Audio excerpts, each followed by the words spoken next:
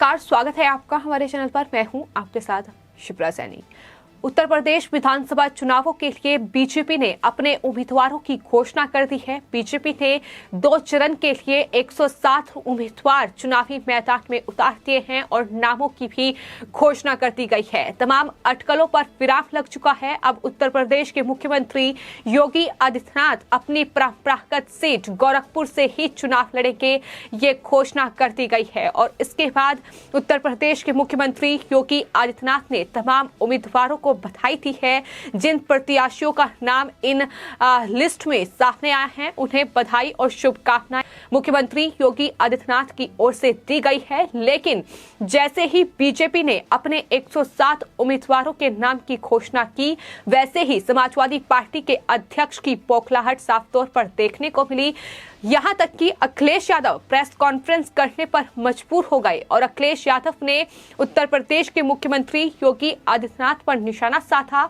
अखिलेश ने कहा कि बीजेपी दरअसल हिट विकेट होने जा रही है और बीजेपी ने पहले ही मुख्यमंत्री योगी आदित्यनाथ को उनके घर भेज दिया है, यानी गोरखपुर भेज दिया है।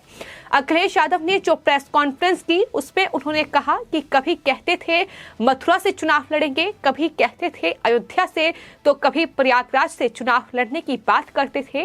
मुझे इस बात की खुशी है कि बीजेपी ने उन्हें यानी सीएम योगी आदित्यनाथ को पहले ही अपने घर भेज दिया है। अब मुझे लगता है कि गोरखपुर में ही उन्हें रहना पड़ेगा और वहां से वापस आने की जरूरत नहीं है। ये अखिलेश यादव ने उत्तर प्रदेश के मुख्यमंत्री योगी आदित्यनाथ पर पलटवार किया है।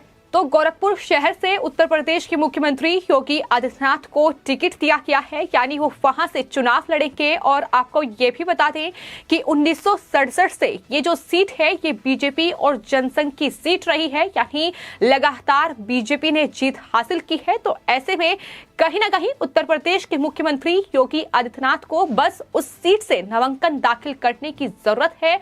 जीत पक्की मानी जा रही है। अखिलेश यादव इसलिए ही बौखलाए हुए हैं और लोग तो यहां तक कह रहे हैं कि दरअसल योगी आदित्यनाथ अब इस सीट पर चुनाव प्रचार करने के बजाय, डोर टू डोर कैंपेन करने के बजाय किसी और जिले में जाकर चुनावी जो जनसभाएं हैं, जो डोर टू डोर कैंपेन है, वो कर सकते हैं, क्योंकि यहाँ ये सुरक्षित सीट है सीएम योगी आदित्यनाथ की, जहां से वो चुनाव लड़ेंगे। खैर, ये तो वक्त ही बताएगा कि आखिर कौन कब घर वापस जाएगा। लेकिन जिस तरीके से अखिलेश यादव लगातार बयानबाजी कर रहे हैं, उन्हें याद रखना चाहिए कि किस तरीके से गोरखपुर जो है वो सीएम योगी आदित्यनाथ की परंपरागत सीट रही है और कितनी बार मुख्यमंत्री योगी आदित्यनाथ ने वहां से जीत हासिल की है। तो जो अखिलेश दावा कर रहे हैं कि गोरखपुर की जनता इस बार सीएम योगी आदित्यनाथ को सबक सिखाएगी, गोरखपुर को योगी आदित्यनाथ मेट्रो नहीं दे पाए, वहां के युवाओं पर लाठीचार्ज की गई, तमाम बड़ी जो आरोप हैं वो मुख्यमंत्री योगी आदित्यनाथ पर लगाए गए। लेकिन अखिलेश को एक बार गोरखपुर की जनता का मूड भी समझने की बहुत जरूरत है कि आखिर गोरखपुर क्या चाहता है। ये अखिलेश यादव ने शायद चुनावी सर्वे नहीं देखा है, या फिर देखकर इस तरीके की बेतुकी बयानबाजी अखिलेश यादव की ओर से की जा रही है। फिलहाल जो प्रेस कॉन्फ्रेंस की गई है, उसमें अखिलेश यादव कितना बौखलाए हुए हैं। जिस तरीके से बीजेपी ने ये 107 उम्मीदवारों की लिस्ट जारी की है। 2 चरण के लिए ये उम्मीदवार हैं 107 जो चुनावी मैदान में उतारे हैं।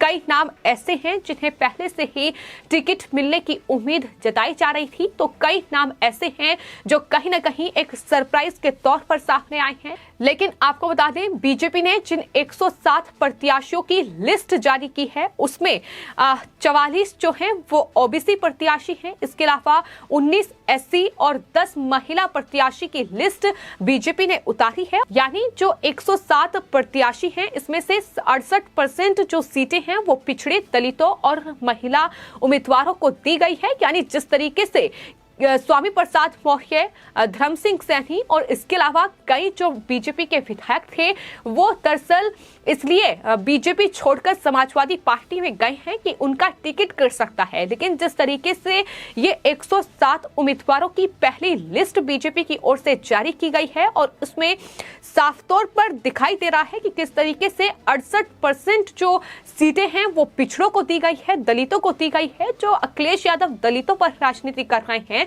जो पिछड़ों का वोट बैंक बटोरने की कोशिश कर रहे हैं। कहीं ना कहीं एक बड़ा दांव बीजेपी ने खेल दिया है और यही अखिलेश यादव को सबसे ज्यादा परेशान कर रहा है। हालांकि अखिलेश यादव की ओर से यह भी जरूर कहा गया है कि वो अब बीजेपी के बाकी विधायकों को टिकट नहीं देंगे, यानी अगर कोई बीजेपी से अब समाजवादी पार्टी में आना चाहता है तो उसे टिकट नहीं मिलेगा। ये भी साफ तौर पर अखिलेश यादव की ओर से कहा गया है। तो अखिलेश यादव ने जिस तरीके से सीएम योगी आदित्यनाथ गोरखपुर से चुनाव लड़ेंगे और वहां से चुनाव लड़ने की घोषणा के साथ ही अखिलेश की तिलमिलाहट लगातार देखने को मिल रही है। गोरखपुर की जनता सीएम योगी आदित्यनाथ को जवाब देगी। इतना ही नहीं, बीजेपी ने 11 मार्च से पहले ही मुख्यमंत्री योगी आदित्यनाथ को घर वापस भेज दिया है। तमाम बयान उनकी तरफ से दिए गए हैं। तो सवाल ये भी उठ रहा है कि आखिर अखिलेश यादव आरएलडी और तमाम दूसरी पार्टियों के साथ मिलकर किन लोगों को टिकट दे रहे हैं,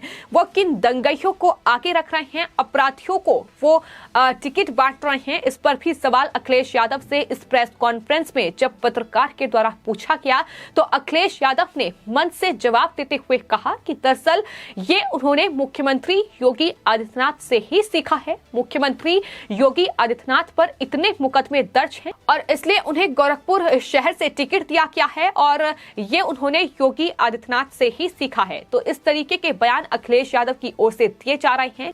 वहीं आपको बता दें, जो अखिलेश यादव की ओर से प्रेस कॉन्फ्रेंस की गई है और जिस तरीके से लखनऊ में समाजवादी पार्टी कार्यालय में कोविड नियमों की धज्जियां उड़ाई गई, उसको लेकर जब पत्रकारों ने अखिलेश यादव से सवाल किया तो अखिलेश यादव ने कहा कि वर्चुअल रैली का मतलब वो ये जानते थे कि दरअसल वर्चुअली वो रैली करेंगे और कुछ कार्यकर्ता उनके सामने होंगे और वो रैली टेलीकास्ट होगी। यानी इस तरीके की बेतुकी बातें अखिलेश यादव कर रहे हैं। आप ये ना भूलिए कि अखिलेश यादव जो हैं वो सिडनी यूनिवर्सिटी से पढ़े हुए हैं और उसके बावजूद इस तरीके की दलील वो दे रहे हैं। जिस तरीके से चुनाव आयोग के नियमों की धज्जियां उड़ाई गई, कोविड नियमों का पालन नहीं किया गया और जिस तरीके से तमाम समाजवादी पार्टी के कार्यकर्ता बिना मास्क के इस रैली में नजर आए, यानी कोविड फैलाने का काम बखूबी तरीके से किया गया। और आज अखिलेश यादव इस पूरे मामले पर सफाई पेश कर रहे हैं और तमाम अपने कार्यकर्ताओं से ये अनुरोध कर रहे हैं कि वो कोविड नियमों का पालन करें। तो ये है समाजवादी पार्टी की डर्टी पॉलिटिक्स जो कहीं ना कहीं अखिलेश यादव लगातार कर रहे हैं। और आपको बता दें, इस पर अब बीजेपी के प्रवक्ता शहजाद पूनावाला की ओर से अखिलेश यादव पर करारा पलटवार किया गया है। उन्होंने याद दिलाया है कि जो अखिलेश यादव की पार्टी समाजवादी पार्टी और आरएलडी ने मिलकर 29 उम्मीदवारों की घोषणा की है, उसमें से अगर बात की जाए तो कैराना विधानसभा सीट से उन्होंने नाहिद हसन को टिकट दिया है। ये वो नाहिद हसन हैं जिन पर हिंदुओं को प्रताड़ित करने का आरोप लगा है, जो जेल जा चुके हैं और शामली की एक विशेष अदालत ने उन्हें भगोड़ा भी घोषित किया था। कई अलग अलग धाराओं में उन पर मुकदमे दर्ज हैं। तो किस तरीके की आपराधिक छवि के वो नेता हैं। हालांकि मौजूदा विधायक भी समाजवादी पार्टी के हैं, लेकिन जिस तरीके से उनका पूरा परिवार आरोपों से घिरा रहा है, वो एक आपराधिक छवि के नेता हैं, उन्हें टिकट दिया गया है। इसके अलावा हाजी यूनुस, जिन पर कई मुकदमे दर्ज हैं।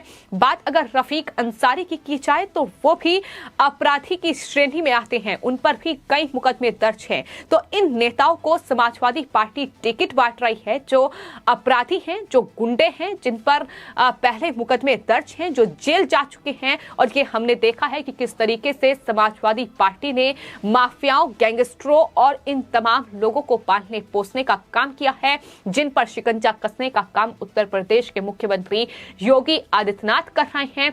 कितने माफियाओं को, कितने गैंगस्टरों को आज उन्होंने सलाखों के पीछे डाला है, ये नाम बताने की जरूरत नहीं है। फिर चाहे वो समाजवादी पार्टी के नेता आजम खान हो, जिन्होंने गरीबों की भूमि पर कब्जा किया, जिन्होंने निर्दोष लोगों को कहीं ना कहीं मारा है, जिस तरीके से उनकी जमीनों को हड़पा किया है, जिस तरीके से उनके साथ अन्याय किया गया है। इसके अलावा मुख्तार अंसारी से लेकर अतीक अहमद जैसे नाम हैं जो ये साफ तौर पर बताते हैं कि किस तरीके से माफियाओं पर शिकंजा कसा गया है। तो अखिलेश यादव की इस प्रेस कॉन्फ्रेंस में साफ तौर पर तिलमिलाहट देखने को मिली, क्योंकि उत्तर प्रदेश के मुख्यमंत्री योगी आदित्यनाथ अब गोरखपुर शहर से चुनाव लड़ेंगे और कहीं ना कहीं वहीं ये सीट उनकी जीत का भी दावा करती रही है और एक बार फिर अखिलेश इसी बात से बौखलाए हुए हैं। हालांकि अपनी इस पूरी प्रेस कॉन्फ्रेंस में अखिलेश यादव ने भीम आर्मी प्रमुख चंद्रशेखर आजाद ने जो अखिलेश यादव को एंटी दलित करार दिया है और गठबंधन से इनकार कर दिया है, उस पर यह कहा कि मैंने उन्हें 2 सीटें आवंटित की थी, लेकिन भीम आर्मी प्रमुख चंद्रशेखर आजाद ने कुछ फोन किया और गठबंधन का हिस्सा बनने से इनकार कर दिया। ये अखिलेश यादव अब कहीं ना कहीं सफाई पेश कर रहे हैं, लेकिन चंद्रशेखर आजाद की ओर से यह साफ तौर पर कहा गया कि अखिलेश यादव दरअसल दलित लीडरशिप नहीं चाहते हैं। दलितों का वोट उन्हें चाहिए, पिछड़ों का वोट उन्हें चाहिए, लेकिन वो नहीं चाहते कि कोई भी दलित नेता या कोई भी पिछड़ा जो जाति का नेता है वो कहीं ना कहीं समाजवादी पार्टी में प्रमुख चेहरा हो। तो इस तरीके से ये आरोप प्रत्यारोप का दौर जारी है, लेकिन वहीं बीजेपी ने अपने उम्मीदवारों का ऐलान कर दिया है। कुल 107 प्रत्याशी हैं और अगर महत्वपूर्ण सीटों की बात करें तो उत्तर प्रदेश के नोएडा से पंकज सिंह को बीजेपी ने टिकट दिया है। इसके अलावा गोरखपुर शहर से उत्तर प्रदेश के मुख्यमंत्री योगी आदित्यनाथ चुनावी मैदान में होंगे। बात अगर डिप्टी सीएम केशव प्रसाद मौर्य की जाए, जिन पर लगातार अखिलेश यादव निशाना साध रहे थे, उन्हें सिराथू से टिकट मिला है। प्रयागराज में सिराथू विधानसभा है, वहां से टिकट दिया गया है। बात अगर कैराना की जाए, जहां पलायन की तस्वीरें किसी से छिपी नहीं है, वहां से मृगांका सिंह को टिकट मिला है। इसके अलावा थाना भवन सीट से सुरेश राणा को टिकट दिया गया है। वहीं आपको बता दें मथुरा से श्रीकांत शर्मा जो कि मंत्री भी रह चुके हैं योगी कैबिनेट में, उन्हें टिकट दिया गया है। यानी उम्मीदवारों की घोषणा कर दी गई है और अखिलेश यादव जो अब ये कह रहे हैं कि वो बीजेपी के बाकी लोगों को टिकट नहीं देंगे, बीजेपी के बाकी अब समाजवादी पार्टी में टिकट हासिल नहीं कर पाएंगे, इस तरीके की बयानबाजी भी लगातार की जा रही है। लेकिन फिलहाल उत्तर प्रदेश के मुख्यमंत्री योगी आदित्यनाथ ने जिन 107 प्रत्याशियों की लिस्ट जारी की गई है, उन तमाम प्रत्याशियों को बधाई दी है, शुभकामनाएं दी हैं और जाहिर तौर पर उम्मीद है कि तमाम ये प्रत्याशी अपने अपने विधानसभा क्षेत्र जहां से ये उम्मीदवार घोषित किए गए हैं, वहां जनता के बीच पहुंचकर लोगों को ये बताएंगे कि आखिर किस तरीके से बीजेपी ने अपने तमाम विकास कार्य किए हैं, किस तरीके से 2017 के बाद उत्तर प्रदेश में मुख्यमंत्री योगी आदित्यनाथ के नेतृत्व में उत्तर प्रदेश की छवि में बड़ा बदलाव देखने को मिला है। तो फिलहाल उत्तर प्रदेश का ये चुनावी घमासान जारी है। 10 फरवरी को पहले चरण का मतदान होगा और वहीं 10 मार्च को चुनावी नतीजे सामने आएंगे। फिलहाल आपकी इस पूरे मामले पर क्या राय है, हमें कमेंट बॉक्स में जरूर लिखें और चैनल को सब्सक्राइब करें। धन्यवाद।